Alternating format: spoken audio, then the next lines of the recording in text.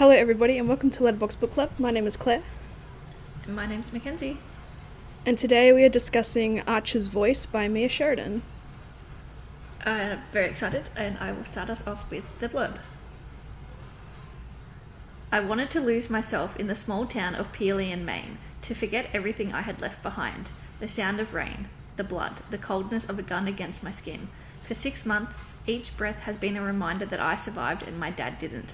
I'm almost safe again, but the moment I meet Archer Hale, my entire world tilts on its axis and never rights itself again. Until I trespass into his strange, silent and isolated world. Archer communicates with no one, yet in his whiskey-coloured eyes something intangible happens between us. There's so much more to him than just his beauty, his presence, or the way his hands communicate with me, on me. But this town is mired in secrets and betrayals, and Archer is the explosive centre of it all. So much passion and so much hurt. But it's in Archer's silence that we might just find what we need to heal and to live. Perfect. Wonderful. Beautiful. Thoughts, feelings, emotions, Claire? My first mistake was reading this book on my period because I was so in it. I was so emotional. I wept a lot. I just got right into it. I think it's a lovely story. I really enjoyed Archer's journey. I really enjoyed Bree's character. I enjoyed their relationship blossoming. Yeah, I just loved it so much. But I have a pretty big qualm, but I can talk about that later. But overall, loved it. At times, I did think the pacing was a bit strange, like timeline-wise, because it would feel like days, but then there'd be weeks. But anyway, that's just a me issue. But yeah, loved it. What about you, Kenzie? I really wanted to enjoy this book, but again, BookTok lied to me. I couldn't do it. It was just... I didn't read it on my period, and I thought it was going to be way more devastating. And I thought it was devastating, and I was ready to enjoy it, but then the rug got pulled out from underneath me. I was there. I loved it. I was like, yes, finally, some saucy shit is happening. And then couldn't stick the landing. First of all, my bad, because I was reading I was listening to the audio version, the audiobook, and usually you know when it's a dual POV, that it will come up with the person whose chapter it is. Like, it'll say, like Archer's Voice, chapter 21, Bree, or whatever. But on mine, like, it just came up with Mia Sheridan for all of them. But anyway, so the first couple of times when it was Bree, I was like, oh my god, she's lying about her identity. She's actually Mia Sheridan. Because I didn't know who wrote it. So I was waiting for the ball to drop. I was like, oh my god, when's it gonna everyone's gonna find out that she's lying about who she is. You bamboozled yourself. It's so funny. But I think it's a big L on the audio part, the creator part, because this book was released in 2014, so I feel like they've had time to fix that. 2014? Yeah, I looked it up ages ago, because I'm like, when the hell was this made? And yeah, I think if I'd known about this in 2014, I think I would have ate it up. Yeah. Yeah, I think I would have liked it more if I... Yeah, back then. Cool. Any big qualms? Yes. In the audio version, I had like an extended epilogue. Here we go. Yeah. And you didn't. Because I was messaging you saying, oh my god, why is this epilogue going for 700 years? And you were like, my guy, it's 5 pages long. Yeah, what are you talking about? I'm like, no, it's not. It's 20 minutes of audiobook. Yeah, I was so confused. I didn't even think that there would be an extended edition out there. I just thought, it's one for all. But no, I was getting like viscerally angry. I was like, what the fuck are you talking about? And I'm like, wait, I must have skimmed or something, because what the hell is this?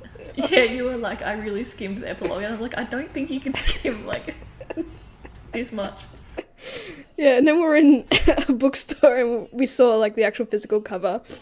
And then, yeah, we figured it out then. But Jesus Christ, I never got more annoyed in my life. Also the period, I guess. It doesn't help. Yeah. But, yeah, that was so funny.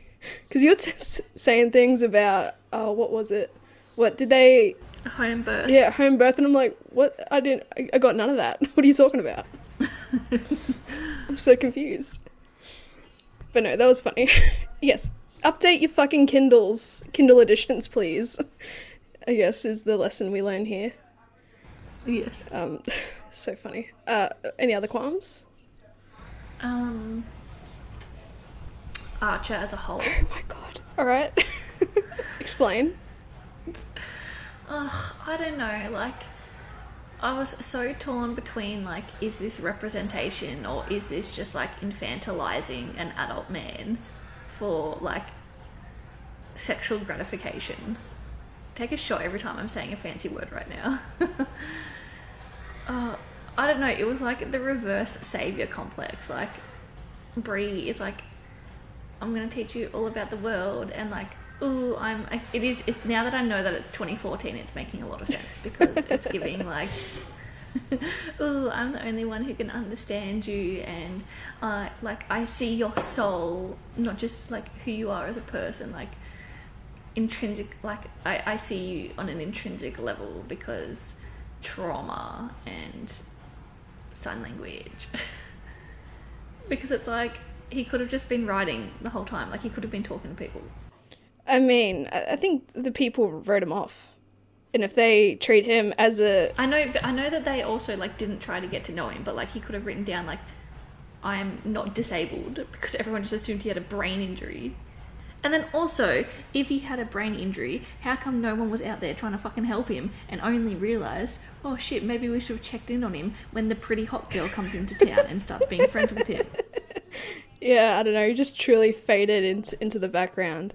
I think it doesn't help that his partial isolation had to do with his paranoid uncle, PTSD, war veteran.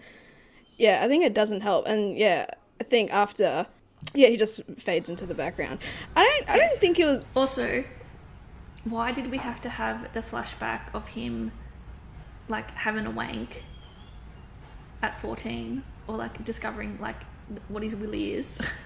I think it's just more so his uncle is not teaching him the basic life experiences.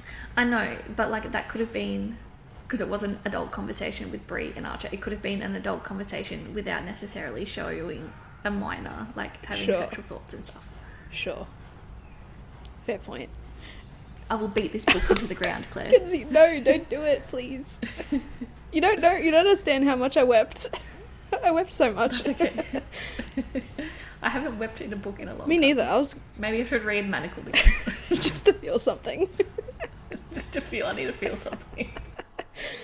Yeah, this... Knowing that, yeah, it was released in 2014, it brings back, like, the John Green era of trauma and just emotional sort of books as well. Yeah, and Bree is the Manic Pixie Dream Girl because Archer wants her, Travis wants her, what's the guy at the end?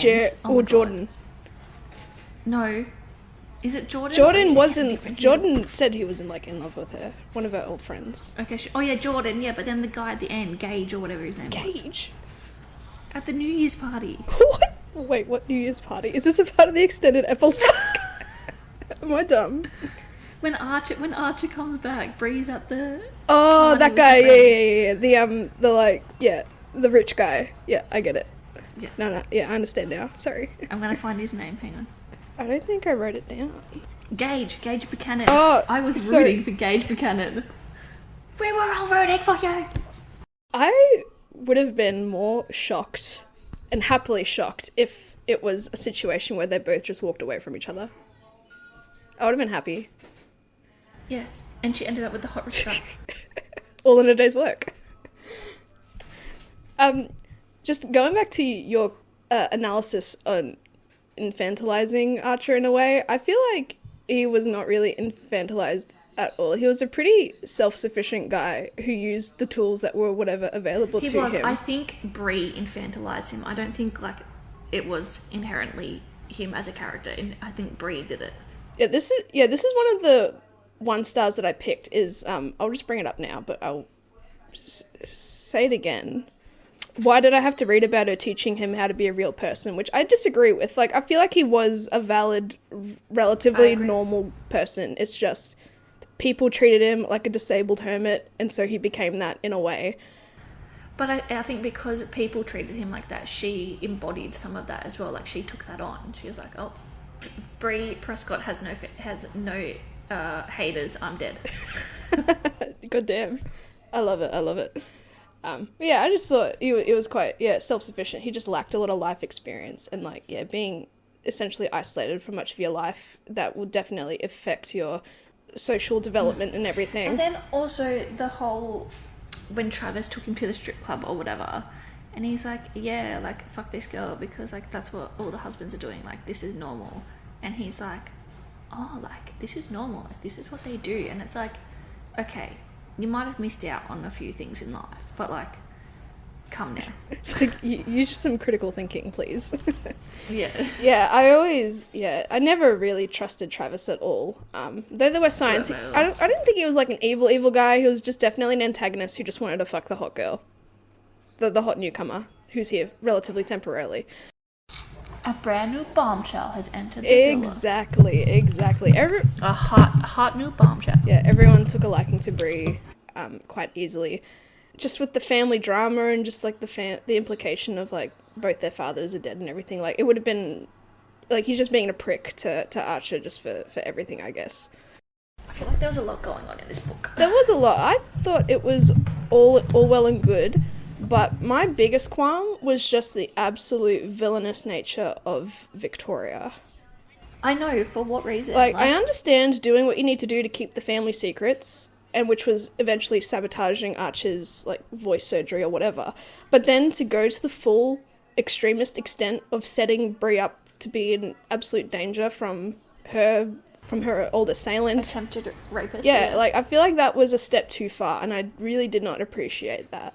Like, I'm all for, fucking around with your own family, I guess, to keep your secrets and to show face, but actively putting somebody else in danger, who your son likes like as well. All because you were mad that, like, your husband was in love with someone else.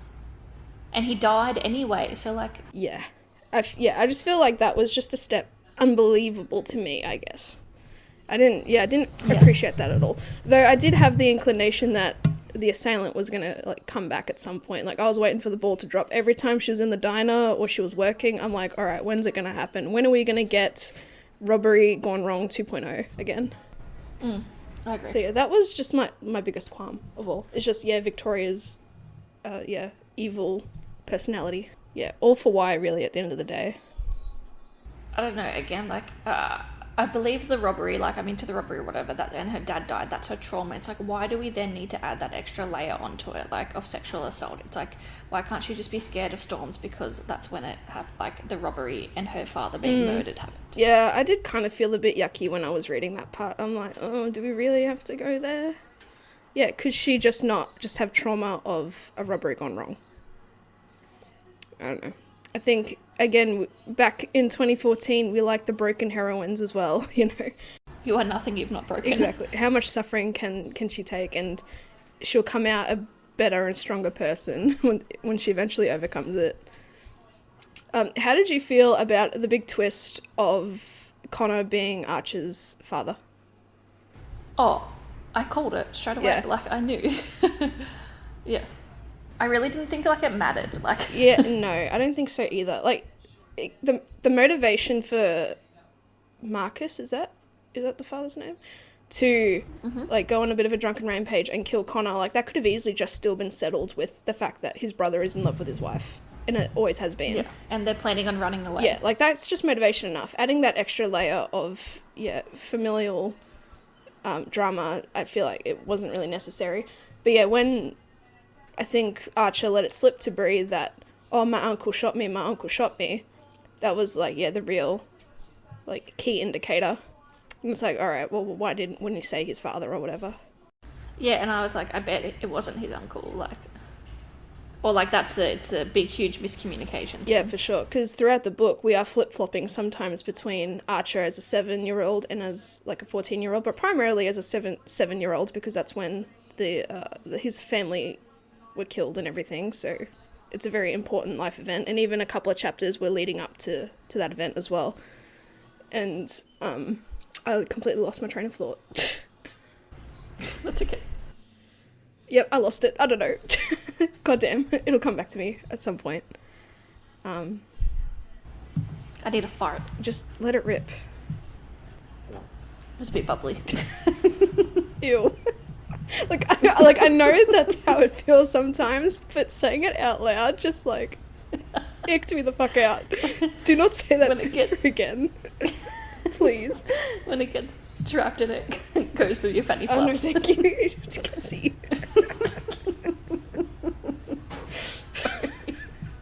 I'm gonna keep this in. To think we had a professional interview last few days ago, and this is Can't wait for her to listen to this one. Oh, hang on. Now the kettle's going. Your fart goes through your fanny flaps. Sorry, your labia majora and your labia minora. Hey, there we go. Sorry, the kettle's going, so I cannot talk for the moment. Okay, well, I mean, you can talk, but it just won't be included. Yeah, sure. Alright. Do not let the kettle silence you, Claire. Was I silent? Were you silent, or were you silent? Yeah. You know what? Fuck it, we're in a goofy mood. Keep the fucking kettle. I don't care anymore.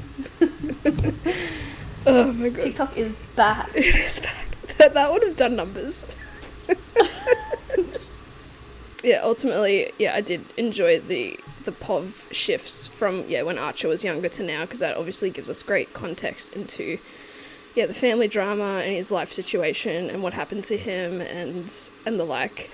But I was expecting from the title that it was primarily an Archer book, obviously without knowing. I thought he was going to talk at the end. Like, that'd be cool. There was no capacity for him to talk. His voice box is fucked. He was never going to say anything. I know, but it's called Archer's Voice, and then that's when I was like, at the end, after that thing happened that we can talk about in a minute, I was like, oh, I bet like they're going to do a magic surgery as well. Yeah, I think at that point, what was he, like 23 or something? Like, his voice box is fried. Also, at one point, I think the audio, I don't know, either I wasn't listening properly, which is a more probable scenario, but at one point, it said, like, Archer, age 19, and then he was talking about Bree, and I was like, well, hold up, wait a minute. I don't think that's, that doesn't ring a bell at all. Oh, also, this whole book, it became one of those almost history repeating itself sort of situations, from the... I know, from the brothers and from when Archer was growing up, Connor and... This was the other thing that was giving it away, that Connor was his father, because of the way that they were both pining after Bree. I was like, oh, well, it's a history repeating itself scenario. So then, I was waiting for them to both die. Really? Yeah. I thought the assailant would come back, and obviously Archer would sacrifice himself, and then, like, there'd be an altercation. Like, a legitimate... history repeating directly. Yeah, and then Travi would go down as well. Travi? You're on good terms? What happened to ACAB? If he's going to stick a gun in my pussy, then I will stand by. Here we go. Are you just saying random things because you are right next to Lucas right now?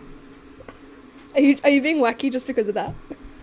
Yeah, it's funny, but also, if he is going to stick a gun in my pussy, then that's fine by me. Cocked and all. Safety off. Oh, goddamn, she's frisky. It's been a while. Is there something in particular that you wanted to talk about, like, at the end, that we can just go straight to? Okay, so when Archer gets shot... So this is the thing. I was at work, right? And I was listening, and he was shot. And then they imply that he's dead, because it's like the whole town came together to celebrate him or whatever. Yes, I got bamboozled too. Yeah, and I was like, oh my god, he's dead. And this is when I was messaging you. And this is when I was like, this book just got good. And so I was like, oh my god, he's dead. And I was like, this book has just redeemed itself. This is a really good book. I love it. Also, this was like... I, like, was tearing up, like I was getting emotional about it. And then it's like, he's in a coma and he's gonna live. And I was like, well, fuck. And now I was like, well, fuck. And I was like, and then I was like, oh, he's gonna talk. Like, he's gonna wake up. And they've done something during surgery. He was never gonna talk. He was never gonna talk. And then suddenly he's like, mayor. Like, everything's fine. I was like... Yeah. Honestly, the whole the Hale family owning the town just seemed a little bit too convoluted as well. Like, I feel like, yeah, we could have cut out a couple of little, like, plot points and it would be fine. I don't understand how, like, because I'm sure this still happens in, like, towns and stuff. It's like, how does one family own a town? Yep, that's a fair question. I don't have an answer for you, but... Well... heritage listed. Heritage family, I guess. Yeah, and I thought there would be more sort of squabble with that, or at least Travis intimidating Archer a bit more about it. I suppose he didn't really know that because it's Connor. But when Travi realises that Victoria... He doesn't deserve to be called Travi. realises that Victoria was, like, behind Archer getting shot and everything, and, like, sending, like, a legitimate murderer after Bree. Mm-hmm. I think he's like, yeah, I don't want it. Yeah, fuck this. I don't deserve any of this. He was wrong about a few things. But I just think, because... yeah, old mate Travi would have been the oldest, but because he's Connor's direct son and Connor is the oldest. And then, yeah, it would have trickled down anyway, fair enough. But even, yeah, at the end, I'm kind of glad Travis didn't push and pull a little too hard about the whole land thing. I thought that Archer was going to be dead. Mm-hmm. Bree was going to be pregnant. Oh my god, here we go. And then so her son would inherit the town. So Bree would be the proxy town owner while her son comes of age. See, I like that so much. You should write a book. And then Bree could have fallen in love with Travis. And they would have named their kid Archer. I think it just got to a... Look, I like that idea, but I think it just got to a point where Bree found Travis really unattractive and unappealing with the way he treated Archer. So I feel like that is just entirely off the cards. But it would have been pretty cooked. I feel like that would have been Coho level cooked. Yeah, I was... Again, the history repeating itself almost down to a T with the robbery again, essentially. And Archer getting shot. I wouldn't have minded if he died, but I don't know if that would have sent the wrong message about his character and his entire journey. I don't think it would have sat well with a lot of people. But I'm glad, yeah, he made a full recovery and he was fine. But never in my mind did I think he was ever going to talk again. That's just off the table. Well, it's called Archer's voice, Claire. I know, because it's Bree telling him his story. It's a metaphor. It's symbolism. It's all this shit. I don't know, like, what era this was set in, but surely he could have gotten, like... a Stephen Hawking device? Yes. But without I want to go to the island. Why won't they let me go? Oh, you guys are going jet skiing? I will wait here. Yeah, surely technology was a bit more advanced than that. I don't know. The kid probably got bullied a lot harder. I reiterate, he could have just written it all down. And also, okay, I do, again, how do I say this without sounding insensitive? For the deaf community and their commitment to communication, because how annoying would it be to be in the middle of sex and, like... They're like... like, you have to stop to sign, like, yeah. Or, like, stick it in my ass. Hey, you couldn't... I don't think they'd be signing that. I think that would have been pre-established. I mean, it's a valid curiosity. I don't think that's insensitive. I don't know. I just think, like, that would be so annoying. Like, for I think everyone. there were even, like, sex scenes in this book where there was that sort of stopping to sign and ask for consent to continue doing stuff, and I thought that was great. So I feel like it is a viable thing. I feel like the couple in question probably just wouldn't care. It's just a part of their sexual experience. Yeah, just the town just writing him off and not want anything to do with him, which is such a shame considering, yeah, he's part of, like, a renowned family who owns the town, and you'd think you'd want to suck up to the Hales in any way, shape or form, and then, you know, jump at their feet when tragedy strikes to come and help, whether or not it can be, like, a selfish motivation because they own the land and it's a bit of, like, bootlicking, but I feel like the town could have tried harder. And then at the end of the day, really, I don't think it's fair to just have it be up to Archer to decide if he wants to interact with people. It's one of those things where, you know, the phone works both ways situation, and it's like it's whoever makes the first move. And I think ultimately no one wanted to make the move, and they were happy to live in their own realms, but it was saddening and disappointing when he just became like an enigma. He was whispered about and just rumors were spread, which is very unfortunate. And then why did it take obviously the hot new bombshell to be the one to open himself up to and share the love and almost rectify all the rumors? But how quickly did everybody give her the information, though? Like, her neighbour Anna was like, word vomit, sang like a fucking canary. Oh, and then Anna nearly dies, and I'm like, come on. Yeah, there was too many attempts, to stress Archer out, and I understand that. Like, his whole life, he's never really had anybody... Oh, and then finally, that scene when Jordan gets him a phone, it's like, this whole time, Bree, you could have bought him a phone. Yeah, or at least he could have maybe wanted one. But again, like, who would he talk to, really? Like, if we're given the example of the phone works both ways and no one's reaching out and he's not reaching out, it's just a stalemate. Like, why would he even need one? No, but the amount of times that, like, something would happen and they couldn't contact each other. It's like Bree could have bought him a phone. And on the way back from the road trip, when her phone was flat or something, and he freaked the fuck out. Mm-hmm. Another time when I was like, yes, the book is coming, and I was like, she's dead. More trauma for him. Yeah, this is where... Did you think he was ever going to off himself? Because I thought so. Like, I wouldn't have blamed him. I think more authors need to lead into suicide. Sure. It's valid. I mean, but would it just be... Let's raise awareness. Okay. I mean, I get that, but I think these days it would just be more for shock value, and I don't think that would be received well, personally. Like, how much tragedy do we really want in the world? You want the better and hopeful sort of... This is true. 13 Reasons Why did change the world. Yeah. It really changed how suicide is represented in media, that's for sure. And the censorship of it all.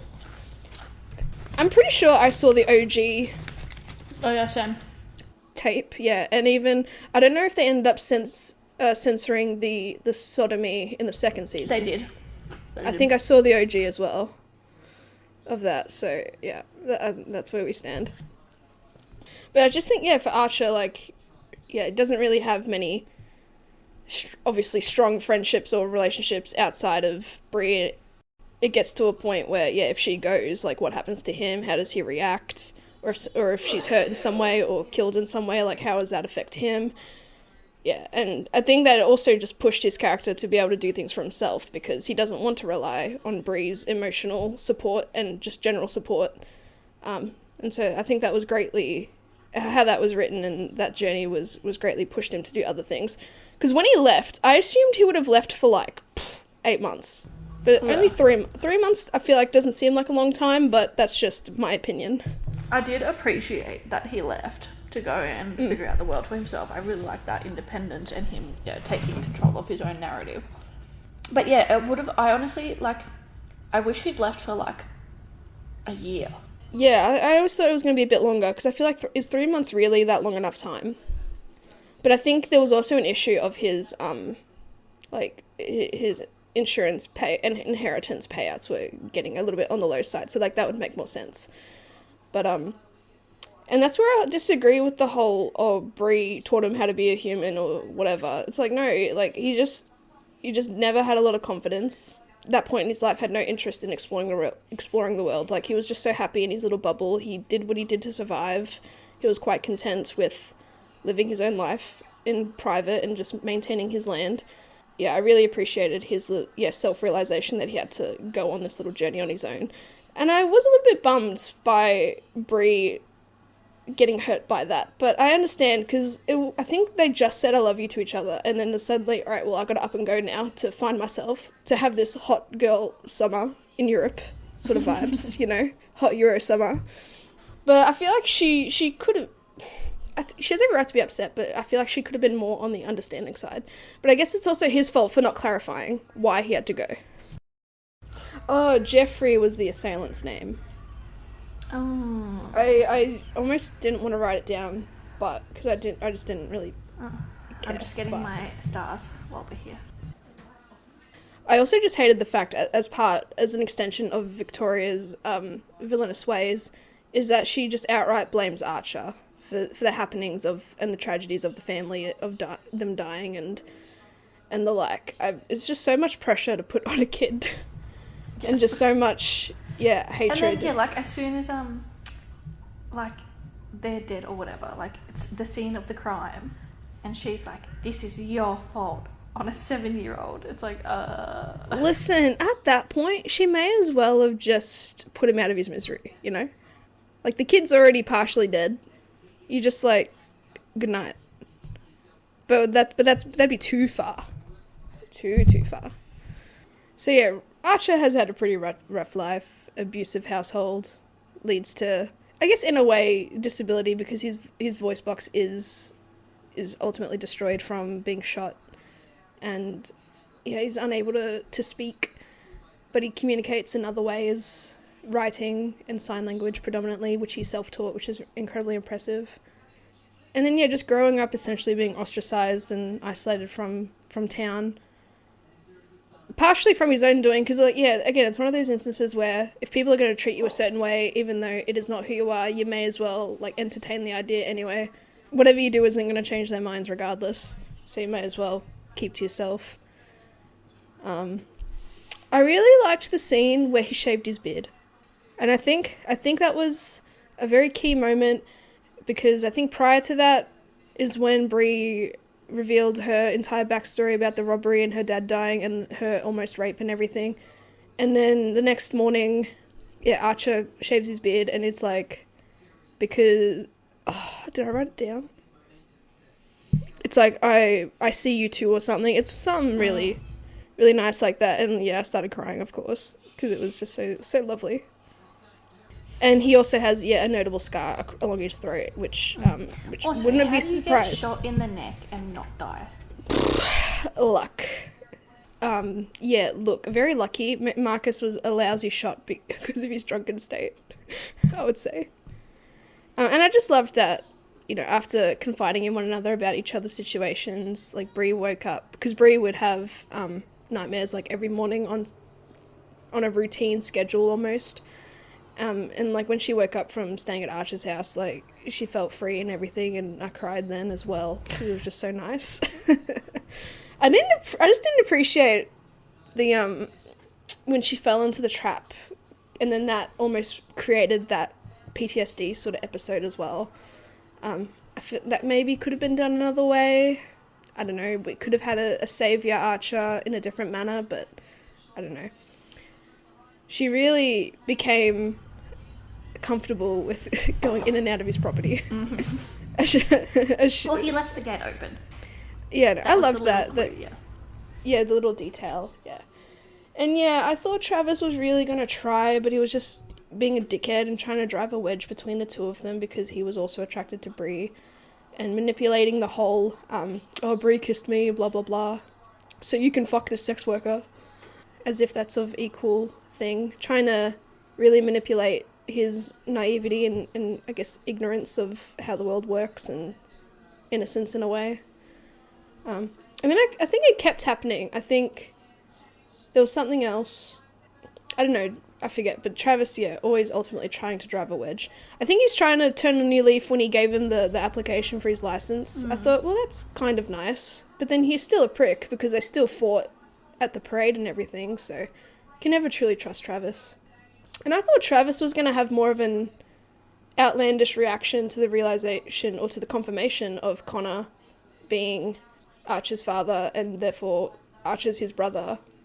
But I suppose he's always grown up with the cousin relationship, and, like, that could really fuck somebody up mentally as well. Because, like, how you treat your cousin is probably different to how he would have treated him as a brother, which really sucks. Who knows? You want to talk about the epilogue? Yes. Let's talk about your epilogue first. My epilogue. My 5-page epilogue. Alright, so the ending, pretty much Archer gets shot, coma, he wakes up, he's fine, all hunky-dory, he takes over the land, the Hale town land, whatever. He's opposing to Victoria's original township development plans and everything, and he's trying to find a balance between tourist attractions and keeping the town as organic as possible. So that's all good. 5 years later, according to my epilogue, they are married. They already have 2 twin boys, and Bree is pregnant with, I think, another boy. Could be a girl. I don't remember. You don't know. I think she thinks it's a girl. I think in my I can just bring it up. Hang on. No, they all think it's a boy because the Hales only produce boys or whatever. Yeah. Okay. Yeah. And then and then he's like, "Is that okay?" Because we only make boys, which is really funny, but also another history repeating itself sort of moment happening. At that point, if history repeating itself is the theme of your book, maybe you need more inspiration and be a little bit more creative. And they're married at that point. Yes. Happily like ever 5 after. years later. The end. Yeah, they're chilling in like the garden, and she's in a hammock reading a book or something. And Archer's like to the boys, there's a mention of like the best bond you can have is with your brother or something really cute. Because obviously he never really got to have that relationship with Travis. And I forget what happened to Travis at the end of the book. I don't know if he fucked off. And that's my epilogue. That was really short, sharp, and sweet. Okay, so my epilogue was that as well, but then also the kids go off to Maggie and her husband because they like looking after... sorry, I'm watching something. They like to look after the boys or whatever, and then there's a joke about like a home birth, and then of course there's like a big storm and she goes into labour, and it's really quick, and Travis has to like deliver the baby. Not Travis, Archer. Hello. Sorry. You've shipped them too close to the sun. Archer has to deliver the baby, and then as soon as the baby's born, they get cell service back, and they call Travis, and Travis calls the ambulance, and she has a little girl. Yeah, and then like Bree like is like, oh, it's nice how like the first person he called was Travis. Yeah. That's lovely. And it's nice because you said it was during a storm. Now she has like a new beautiful memory to override the dark, twisted one. Yeah. See, those little moments and creative thoughts in books, that's what makes reading that little bit more magical if you're looking out for it. It's just so good. Feel good all around, in my opinion. But glad to know that Travis has a good relationship, or beginning to have a good relationship with Archer and Bree again. Apologies, guys. Throughout the entire episode, Kenzie has been watching some Red Dead Redemption, so pardon her commentary. Amongst other things. Just see if anyone else folds, yeah. What are you playing blackjack, poker, or? Poker, yeah. Are you good at poker? I'm good at poker, Luke's not. Are you a card counter, or are you just not quite there yet? Not quite there yet, but... Remember, you got the random... He's cheating. It's the random AI, RNG. Yeah. I think I'm done. I'll just quickly go through... Yeah, I'm done. ...my notes to see if... I was just in general, I really enjoyed Bree's journey with her case against her assailant. What's his name again? Jeffrey or something. Yeah, and her... It's like a parallel story of each other overcoming their own traumas, and... I'm glad that it was, all wrapped up quite nicely with that. It seems as though, Bree didn't need that strong of emotional support compared to Archer needing her, but it is what it is. What did you think of the sexy scenes when they eventually got together? You thought they were nice? I thought they were tasteful. I thought they were tastefully done. I enjoyed them. Yeah. Nothing stood out. Nothing was bad. Oh, I think the only thing though, I think a few times, he made her come just by fingering her. Hey, he could have just been very talented. He could, all that would work. He is a fast learner. Another, just before we head to the stars, another fun moment was, I think this was after when it was perceived that Archer had sex with the sex worker at the strip club or whatever. There was a stormy night because Bree and Archer were fighting, and he went and sat on the porch because he knew how scared she was, and he thought that his presence might make her feel better despite them arguing. I thought that was really nice. Yeah. He's just a good guy who just wants love and to be loved, and he deserves it, None of this infantilizing shit. He's just a guy who's just been through so much. Well, I liked how funny he is too. Yes. A lot of his dialogues, good quips. I liked I can speak. I just like to show off my penmanship stuff. Yes. Like, it was just so funny. So good. Anyway, I thought it was a great book. Obviously, Kenzie disagrees to an extent, but that's fine. I'm That's sorry. fine. I still enjoyed the experience. That's fine. Maybe it would have been different if you were on your period. Maybe. And I just love when she taught him how to drive. It's all good. There are some things going on. Yeah, anyway. Anyway, someone needs to teach. Yes. Okay. Shall we go to the Stars That Listen? We shall go to the Stars That Listen. The Stars That Listen is a segment we do at the end of our podcast where we go to Goodreads and we find 5-star reviews and 1-star reviews that we either agree with or want to fight with. That is fine. We always end with the 5 stars because we like to end on a positive note. I will go first. My 1 stars. I wish I could turn back time to the good old days where there was no fucking book talk to trick me into reading some cheesy ass books about some lame one-dimensional characters written by authors who have no idea what the fuck they are talking about. Apparently, I am the drama here because I hate this book so much. I don't think they were one-dimensional. I feel like Your they had a turn. lot of personality. Alright, my 1 stars. There are 2 and it's within the same screenshot. Did they have personalities or did they have trauma? Oi. Were they silent or were you silenced? We know what happened to Archer, that's for sure. Yeah, my 2 1-stars are within the same screenshot. As I said, I already brought up one of them, but I'll say it again. Why did I have to read about her teaching him how to be a real person? Which I disagree with. And then underneath it is, apparently I am the drama here because I hate this book so much. I literally just read that. I'm sorry. That's okay. That's funny. Yeah, and I have a 5-star, which is a bit of a paragraph. Oh wait, I'll do my 5-star first. This book ruined me and put me back together, 5 stars, and then best book of the year. Beautiful. Alright, I could not get enough of this book. From the very beginning, I was just so intrigued by the story and how unique it was. I got so emotional reading this book. It was an incredibly tender and raw. I think Archer is an amazing example of how people who have suffered through such hard things can still be successful in life and in relationships. Grateful to Mia Sheridan for making my heart swell and throb for the characters in this book. Also, if you know, you know. I don't care that you're a fictional character. I hate your guts. I hope men like you get a stiletto to the balls. We know. Oh, sorry. Also, T. If you know, you know. I don't care that you're a fictional character. Oh. I hate your guts. I hope men like you get a stiletto to the balls. Old mate Travi getting a stiletto to the balls wouldn't be great. Not a good look. Alright, with that concludes this episode of Letterboxd Book Club. Please share your thoughts, feelings, and emotions with us on the socials. Thank you so much for listening. You'll find us on Instagram at letterbox_book_club. From there, our link tree is in the bio where you'll find us in all the places. TikTok, because we never left. No, and by the time this episode is released, TikTok has been restored. Yeah, YouTube and Spotify. Rest in peace, Commonwealth Talk. It was a time. for a whole 14 hours. Yes. Anyway, stay safe out there. Okay. Love y'all. Love ya.